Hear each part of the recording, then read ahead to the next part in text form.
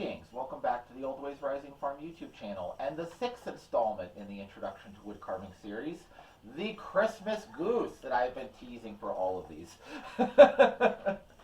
So, we're going to carve the Christmas Goose. This is a pattern that, to cite my sources here, I got out of this carving book. It's Wood Carving in the Scandinavian Style by Harley Refsel, if I'm pronouncing that last name right. Can you see it in the frame there, hon? Awesome. Okay. This is sadly out of print, but I did check. It is gettable if you want to go search around some used book internet sites. It's one of those things that's probably going to end up being more expensive now than it was when it was new because it's out of print and you have to hunt for it. But it's a very nice book. It's got some very fun, whimsical patterns in it. I think this was my first carving book, so it is a good one for beginners. But I can't show you the pages in it because I'm not sure how YouTube's view of copyright views that. So I'll only show you the cover to cite my source. But this little goose is a modification, I should say, of the book's original pattern. So a little bit different, mostly by deletion. The book has legs on it. I just like to carve it this way. But he's going to be a nice little Christmas tree ornament. And will be a gift for one of my family members this Christmas. So, let's get started on him. I talked quite a bit in the previous video on the candle about the basic steps, square, octagon, round, how you reduce things. This one just has a little bit more complexity. We have to cut in around his hat, we have to make his little pom-pom, we have to make his tail and his nose there. But it's still a good beginner's project because we're not carving eyes, we're not carving full facial detail, we're not carving hair on an animal, we're not doing a lot of those things in there. So it's a nice beginner's project, and again, it's small, it takes a small blank, and you can do it relatively rapidly, so if you mess him up, you're not out a whole day's work. Because if you mess up a whole day's work, you'll say some words, you know, gosh, golly, gee, whizzikers, and all of that. So the first thing we want to do is kind of get the overall thickness and shape of this. Just like when I did the candle, the first thing I did was establish the overall taper of the finished piece. Same thing here. So I want to get the widest dimension on his head. Okay? I want to carve down to that. Then I will establish the neck dimension. Then we'll go for the nose and the tail. And then we'll go to octagon and round and cut in the details. Okay? So the first thing I want to do is the head dimension. So I already have a prototype here. Am I still in the frame here, huh? Up a little bit. Okay. And I'm just going to do a little finger gauge on this. I'm going to take my pencil and just approximately measure the maximum width of his hat. If you don't have a prototype, you can just decide how wide you want that to be. Okay? And I'm just going to kind of eyeball center for that, make a little mark. Okay? So once I make this little mark here, then I can do a little finger gauge, and I'm just setting the point of the pencil on that mark and touching it with my finger, and that will just let me hold a constant gauge line down his head. This is part of the importance of keeping it square for the initial stages because you have things to reference off of. As long as it's square, you have reference surfaces. Now, I don't need to measure anything on the body because the body is going to be full width, just round it over. So, Sloyd knife, and I'm just going to come in and just cut it down to that line. And it's fine to twist the knife a little bit. Don't do this on the tip. If you get the tip in and you're just working with the tip, don't twist it. But if you come in right next to where the blade meets the handle, you can set it into the wood and then just pop a big chunk off. You won't hurt the knife doing that. These Sloyd knives are pretty sturdy. They're used to it. They're made for that. Okay? So there's one side down to the line, next side down. You know, I'm starting right about here where I want the body to really start slimming in. Start cutting in. Okay. It's getting a little hard to hold, so I'll switch to the push stroke.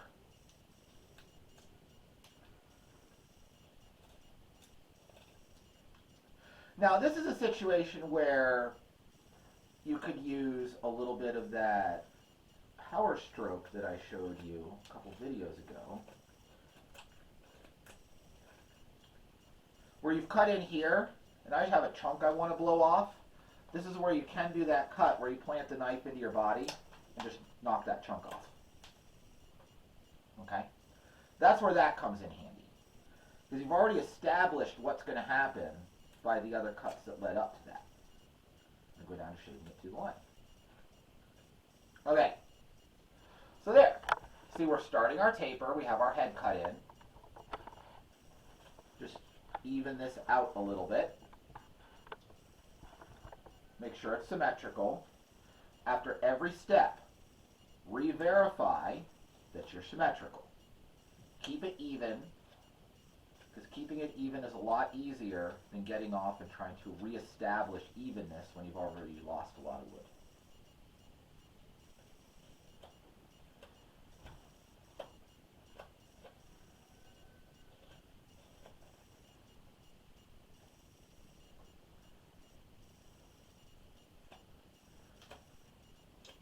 Evening it up, establishing a nice even taper, and there we go.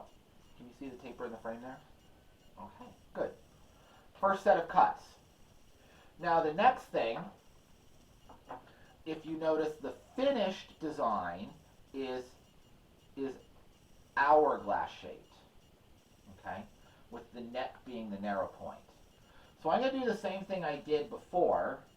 I'm going to gauge this with my pencil, just a little bit wider than, I'm just kind of sticking my thumb in here and gauging it like that, okay?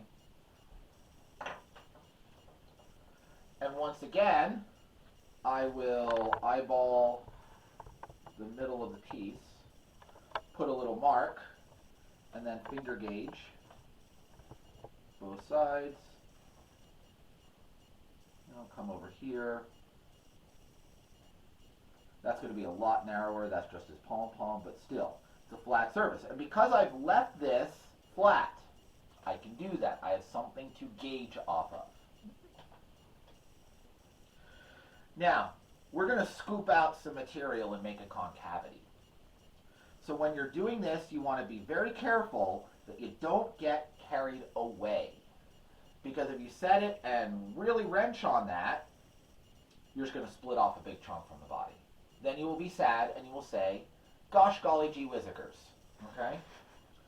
Now, to avoid that, we're going to make V cuts. We're going to start at this angle. We're going to cut in halfway. Okay?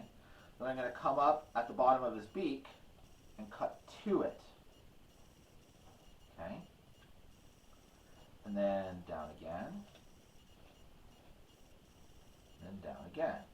So I'm meeting at the bottom of the concavity. I'm not trying to dig in and scoop the blade out.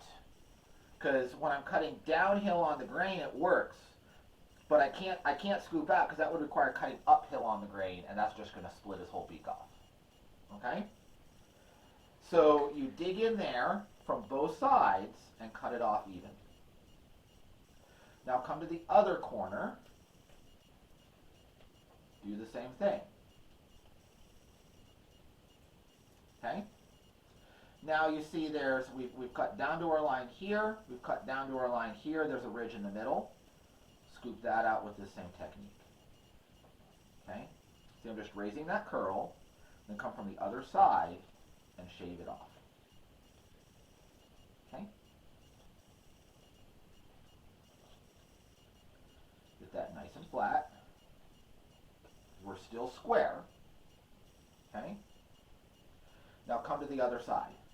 Do the same step. To keep it symmetrical, do the same step on both sides before you move on to the next step.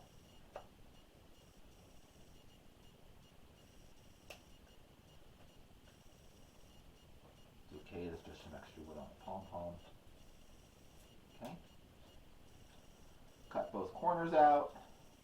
Now cut in on the flat, and we're removing that ridge. Okay, so you see what we did there. We've cut into it. Now we want to get a nice taper. So again, just going to come. I'm not going to touch that low spot. I just want to taper the body into it smoothly.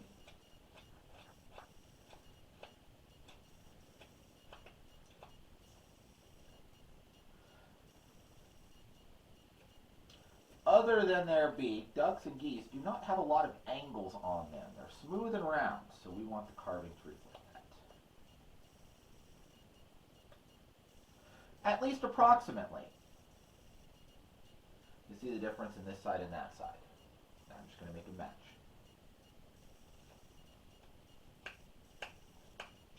Okay. With something like this, this is very impressionistic carving. It's not overly literal.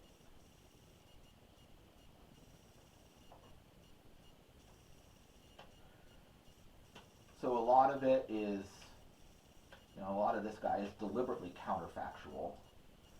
Geese don't usually go around wearing Christmas hats. So it's fine to be as whimsical and impressionistic as you like.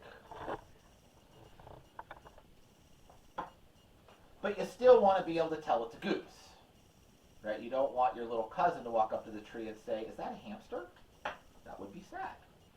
So we want an impressionistic goose, but we still need to keep characteristics that identify this as a goose. Okay, so I've done that. Now, when you're doing this, when you're cutting these outlines, one of the best things you can do is hold this up to a window or a light source and look at it in silhouette. Okay? Look at it in silhouette. It will help you eliminate some of the visual clutter of everything that's going on and the saw cuts and the irregularities. So when you're to a key step like this where you've about defined the shape and you want to make sure it's the shape that you want, because we're about to start on detail work, hold it up to a light source and look at its silhouette at arm's length. Just kind of hold it up and squint a little bit. And that will help you see if you're basically symmetrical or if things are way off. And this one passes the test. Okay, so the next thing we're going to do, if you can bring the camera back down again, and I do this right in my lap so that I can brace my hands. It's safer, it's better, I have better control. We need to start whittling in the small bits. Okay, so we need to whittle in the beak, we need to whittle in the tail, we need to whittle in the hat and the pom-pom. So to start doing this is going to be a lot of splitting off big chunks. So I'm just going to start from the edge and kind of split off the corners. A lot of wood's coming off a lot of quick right now. Okay? We're nowhere near where the finished shape is going to be, so it's fine to just do this. Okay? Keep it centered. So we have the tail roughed in. Same thing with the beak. Kind of take the corners off. Now this one's hard to hold. This is where you kind of got to get creative. So you see I'm bracing this against, I'm using my leg as a clamp again, like I demonstrated with that cut with the ducks, and pushing with my thumb and a little bit levering against my thumb. Okay, make sure I'm not getting too far. I am going to make this beak come to a point, so you want it to get far enough that it comes to a point. I want to keep it centered.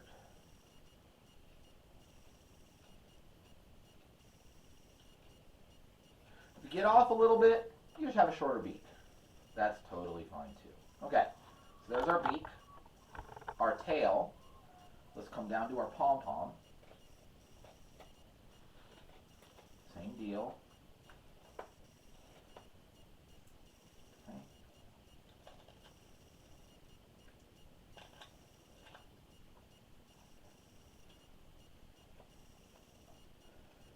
some of the hat as well. Okay? Looks good. So there's the basic shape of our bird. Okay? Now it's time to start octagon and round.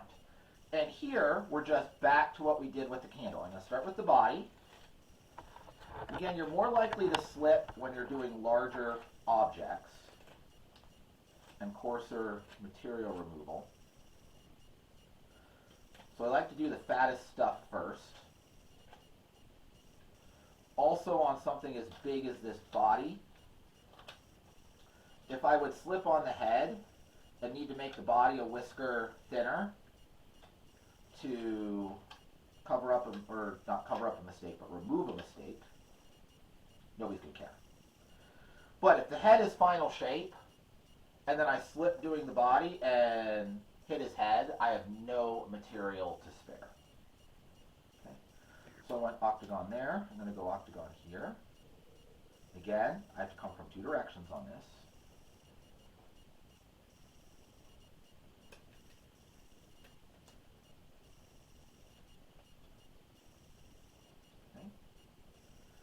See, octagon, and it's symmetrical. Now, these lines are not going to be straight, like I was talking about on the candle, because the body flares. But they should be an even curve.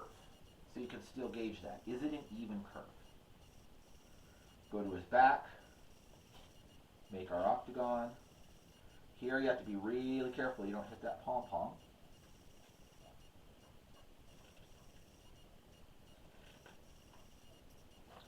Again, this is a spot that's a little hard to get in. Sometimes you have to get a little creative with your angle of attack. Okay? So we established our shape. We made it an octagon. I'm checking for symmetry. I like it. Time to be round. Finishing cuts. And the process of making it round is just shaving off all the sharp corners. The key here is make sure that you have no sharp corners and that nothing is flat when you're finished. I just scooped out a little bit to define his tail a little bit.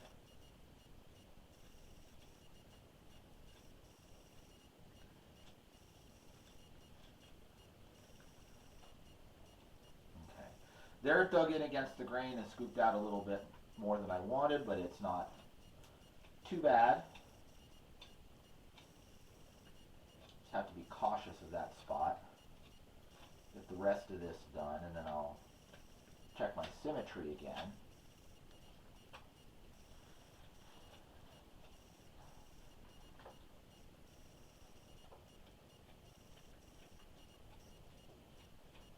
Just be a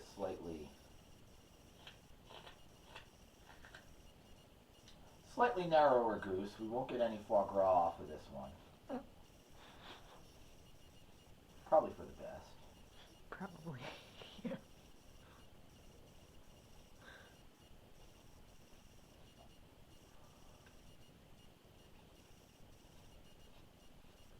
And I'm rounding into his neck. Notice I'm just, as soon as the knife hits any real resistance, I quit. Just letting those curls build up. We'll come deal with them later. Okay? Now, come back and cut them off from the other direction.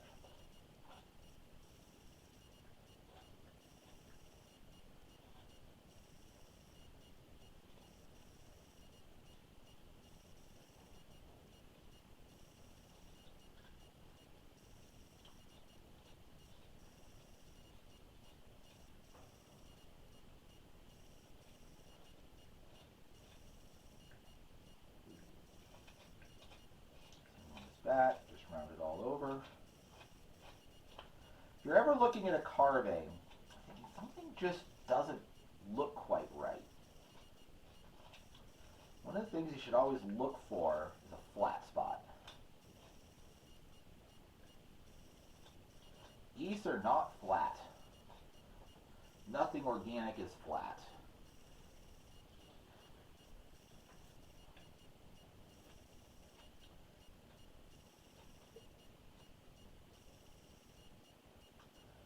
Really, nothing alive is flat.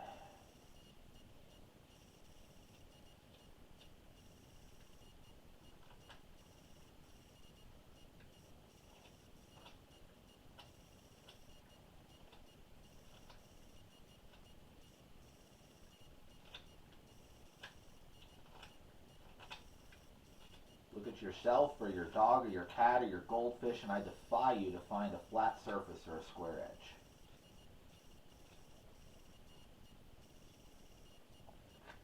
So we don't want them in our carving.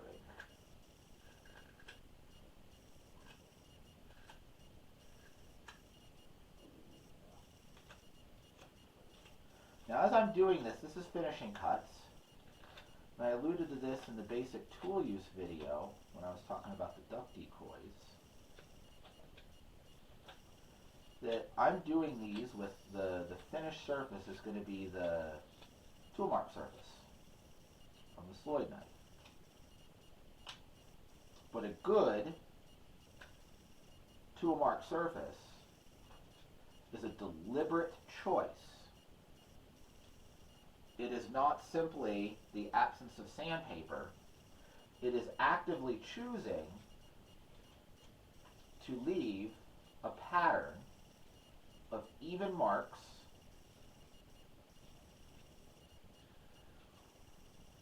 that reflect a certain aesthetic that is in your mind.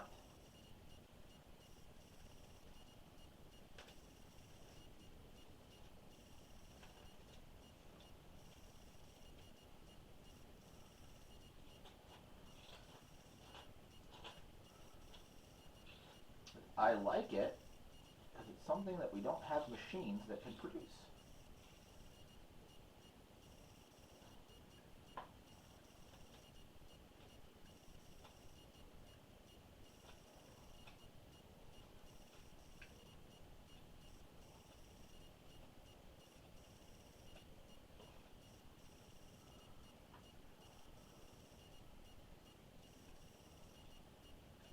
When you do that, the piece keeps its artifice, touch of a human hand. Okay, we're about done the body. Just going to work on the tail. I just trimmed a little bit more from this section to restore my symmetry when I had that one cut that went a little awry.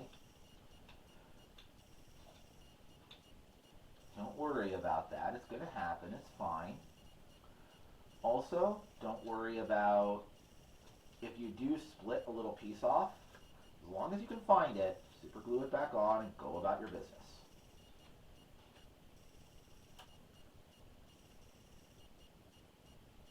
Wow, that is a splitty spot in this piece of glue.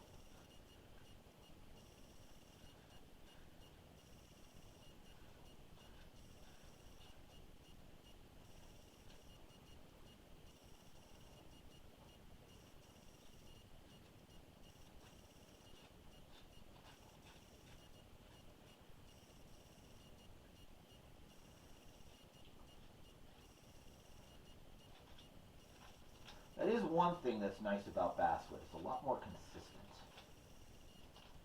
Good white pine and good basswood are pretty much equal.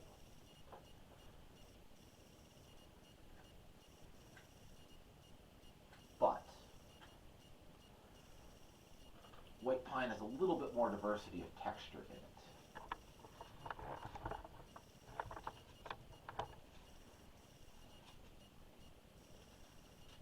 Basswood is a little bit more consistent.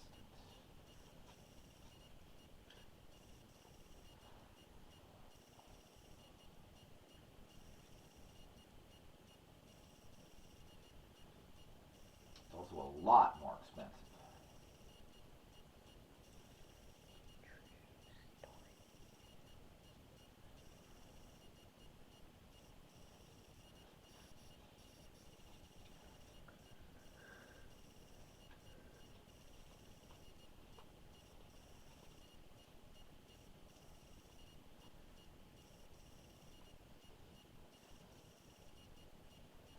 Okay.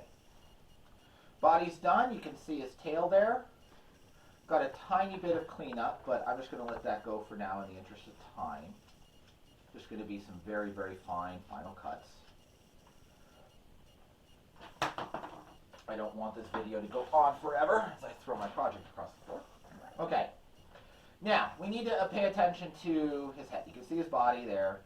Got a little bit of flat spot there I need to take off, and I've got a little bit of flat spot there I need to take off. I'll do that off camera. I want to show how we finish the head.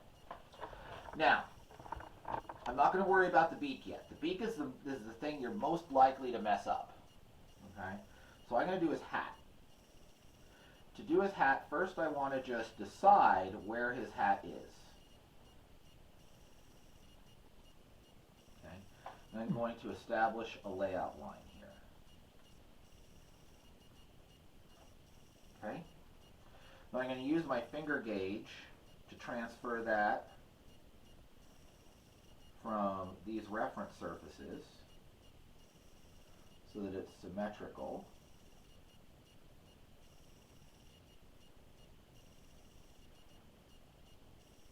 A little bit of slope in that, I can see. Okay. Now, to see if you really got it symmetrical, put one finger here, put one finger on this line, and put your fingernails right on the line at a chosen spot, like right where it meets the beak. And then look at them and see if your fingernails line up. Okay? And I'll do it back here. Okay, there's a little asymmetry there. I'm going to come down a little bit farther. If you just flip it back and forth, you'll never see it. You have to give yourself a reference.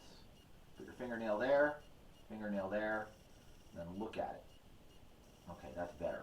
Look at the top back here. Yeah. Okay. We have it symmetrical. Now, I'm going to use the second knife. I'm going to use the hawksbill knife. What I want to do is carve this such that the hat is the widest part of the head, right? You have your head, you put a hat on it, the hat sticks out from the head. Okay? So I need to make a nice clean line right around where I drew that pencil mark that I will cut to, and I'm going to shave the head down and leave the hat full dimension. Okay? This is where the hawksbill knife comes in. So holding it vertical and just curving it around. Now at the last little bit, if you just pull out, it's going to snap and you're going to bury it in your leg. Don't do that. Okay? So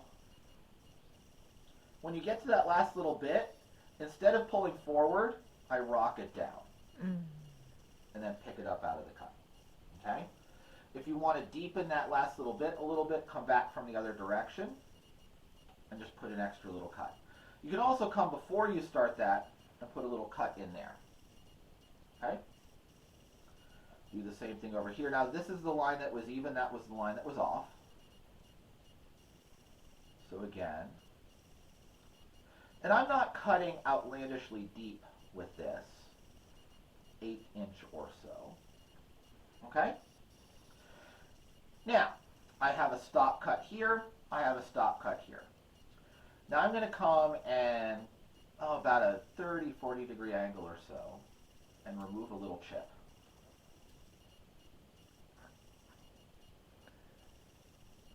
Okay?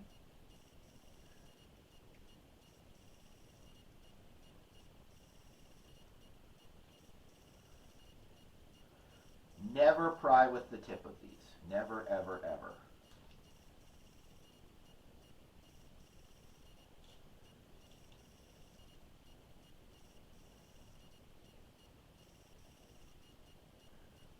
And it's really easy to split off the corners of this, so you want to be careful that you're not overextending the tip and going into good wood. You want to keep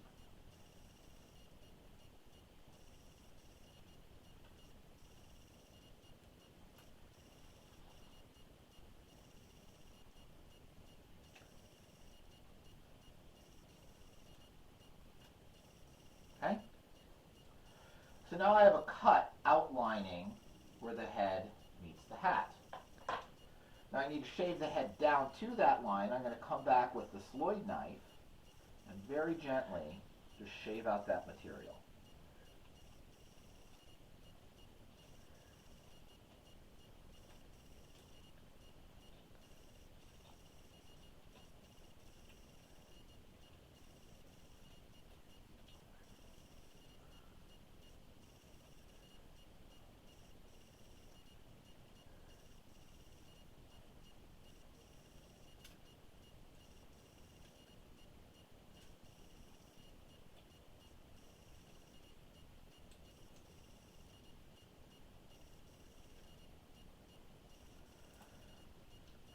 again, short blade is handy. Watch your tip. Mine got a little bit too far and I raised a little splinter.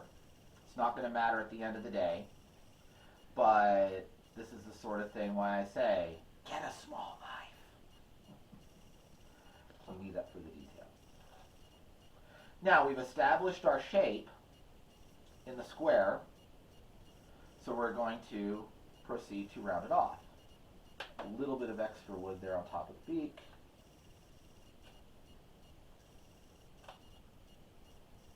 Just trimming that down to my saw cut. Okay. You see the beak is real wide. We want to narrow that in. So I'm just going to come and, a little bit at a time, chip it out. This is kind of a dangerous step. Not really for you, but for your piece. It's real easy to split this if you get too greedy with this.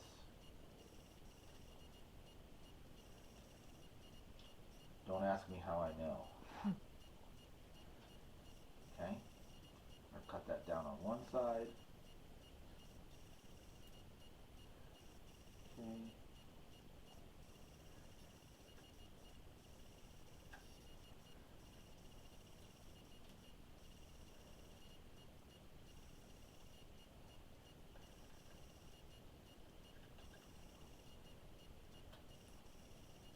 Okay, it's about where I want it. Now, I'm going to trim this down a little bit.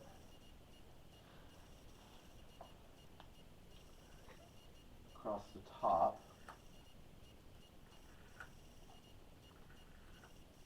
I need a little bit of space there. Okay. Because just like I wanted the hat to be proud of the head on the sides, I want it to be proud of the head here in front. So I'm just going to come with a true chip carving technique. Pull out a little shaving right there. And I don't have enough room to get the whole knife in, so I'm just going to kind of come a little bit at a time, nibble my way across. And do it from the other side.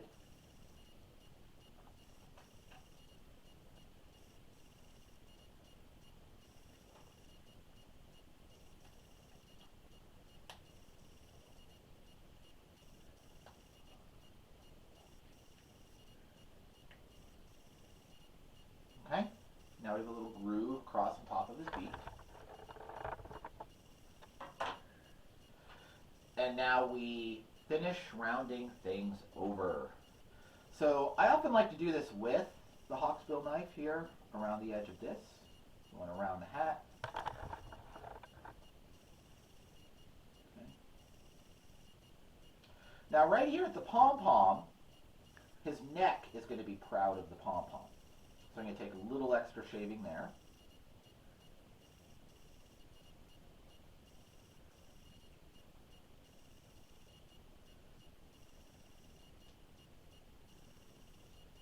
And this finished stuff is where you really want to slow down and be careful.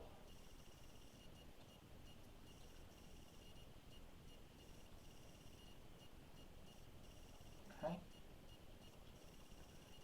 little bit more on this side.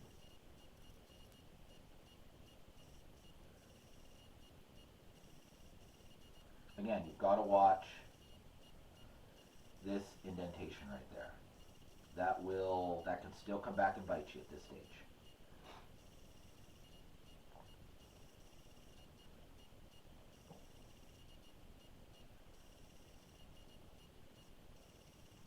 Okay. That's rounded. Good. Now I'm going to deepen this cut right along the sides of the head here. The next thing I'm going to round off is the head. Again, no flat spots, and this is perfectly flat right now. So I've got to whittle it down in the front and in the back. That'll just give me some room to do that.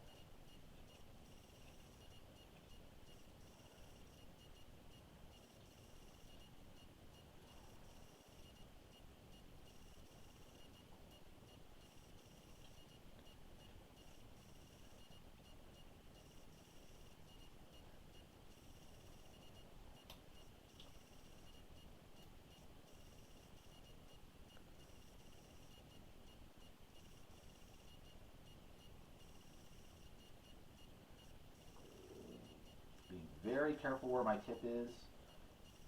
Again, those curls, make them one direction, then shave them off the other. I'm going to be doing that this entire carving.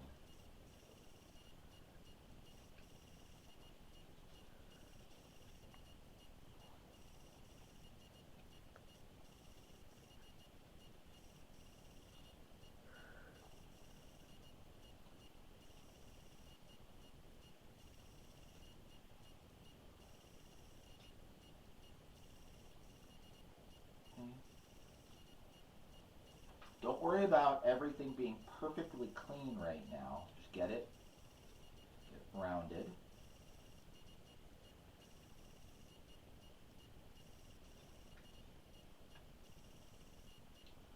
We'll clean it all up very soon. There's a special little trick I'll show you there. Now, edges of the head.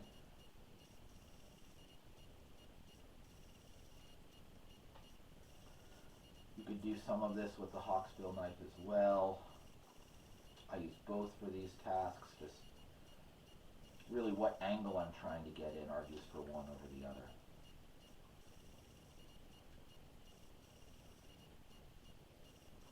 That way I need the hawksbill.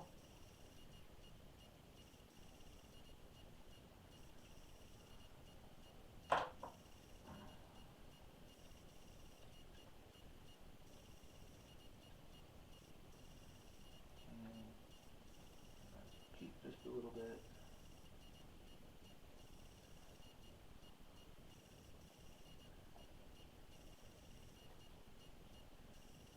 Sharpen up and round off his bill.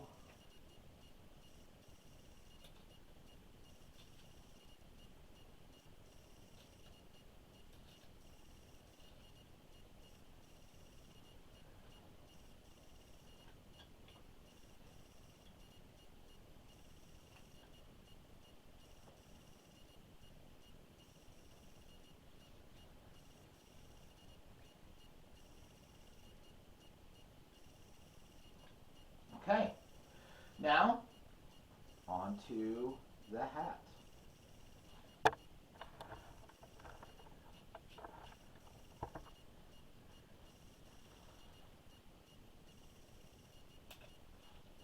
Again, we are square, we go to octagon, then we round it off. And you can make his hat any shape you like. You can make a round pointy hat, you can make a big floppy hat. Patterns are suggestions, not rules. It's your goose, your hat.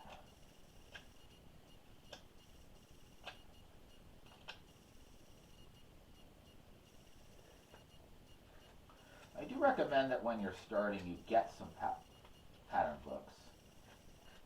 Get a couple. You'll get ideas, you'll get a place to start working. Eventually, you'll want to start. There it is. Cannot fight the grain. It is in charge.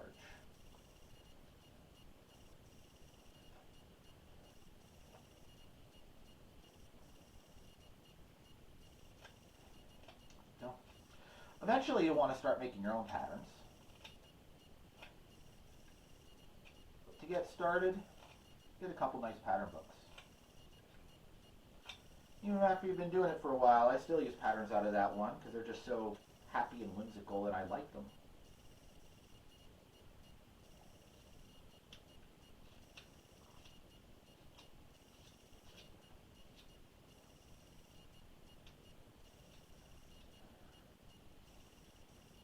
Okay, so that's all rounded.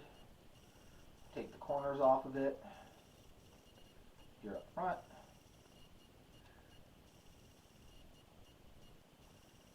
Nothing pointy, nothing flat, except for his beak. That could be pointy.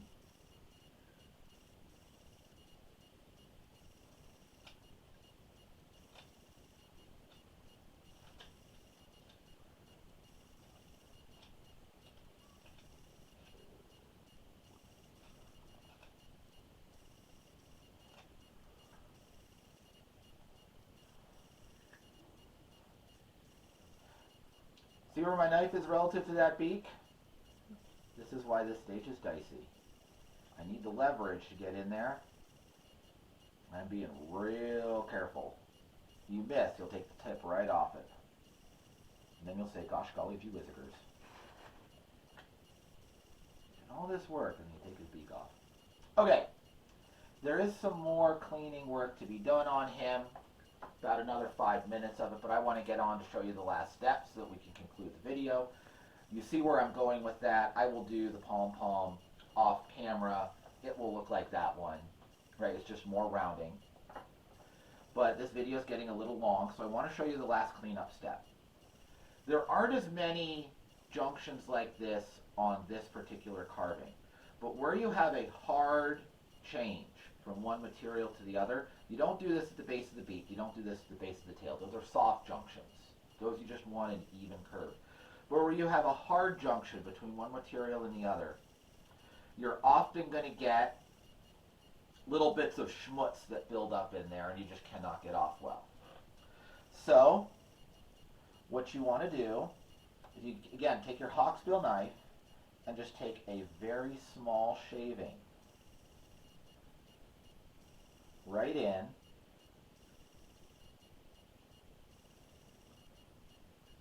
and what that will do is it will cut out the schmutz and make a nice shadow line so that you have a clear demarcation between where hat ends and head begins. Okay? So before I finish this, I will go all the way around this hat, all of these crevices, and mark them with a very, very, very small shaving. Okay? And that's the final finishing work. And this does take a fair amount of time to go all the way around. I'm not going to do all of it on this time. The second thing is that right in this gully where I've had the curls go in both directions, you'll often end with a little bit of a clinger right there that wants to stick and didn't get shaved. So also, don't do this until you're all the way finished, but come back and find those, see which way they're tipped up and come in from the other direction, and just with barely any force, pretty much just the weight of the blade itself, shave them. If you go too far, you'll raise excuse me, a curl on the other side, come back and get it, okay?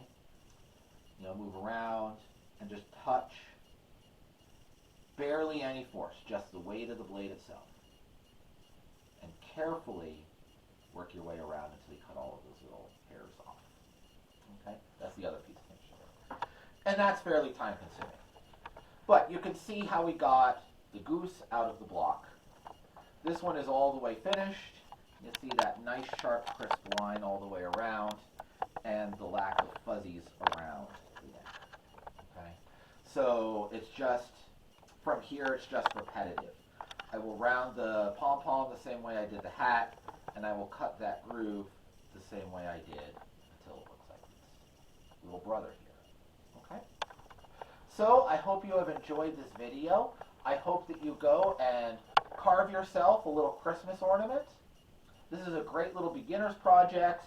You have the book title. I will type the name of that book and its author down in the caption on this video. Please remember to like, share, and subscribe, and keep watching. Ring that bell so you see more notifications as they arise. Have a wonderful day and a happy holiday.